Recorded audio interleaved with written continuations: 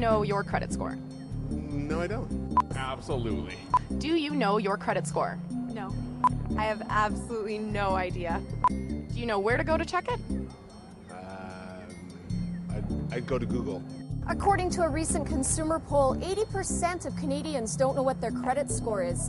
The experts say it's important to get a copy of your credit report at least once a year to not only make sure all the information is accurate, but also to make sure you're not a victim of identity theft.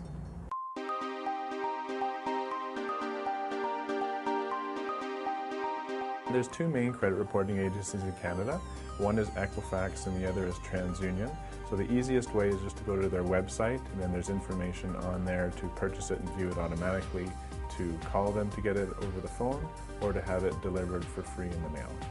If you want to view your report online, it's about $15, or you can get a more detailed report for an extra charge, which includes your score.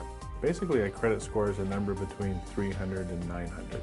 And banks will, basically, they want to know what your credit worthiness is. The higher your credit score is, the easier it's going to be to get a credit and the lower interest rate you'll get.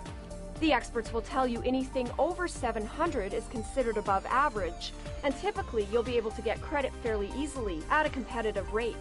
A score between 600 and 700 is going to depend on what type of credit you're applying for.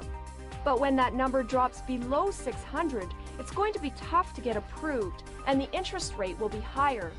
The main things that we know that creditors want to know are we paying our bills on time? So your payment history is about a third of what goes into your credit score. So if you have late payments on credit cards, for example, in the last 6 months, that's going to have a big impact on your credit score.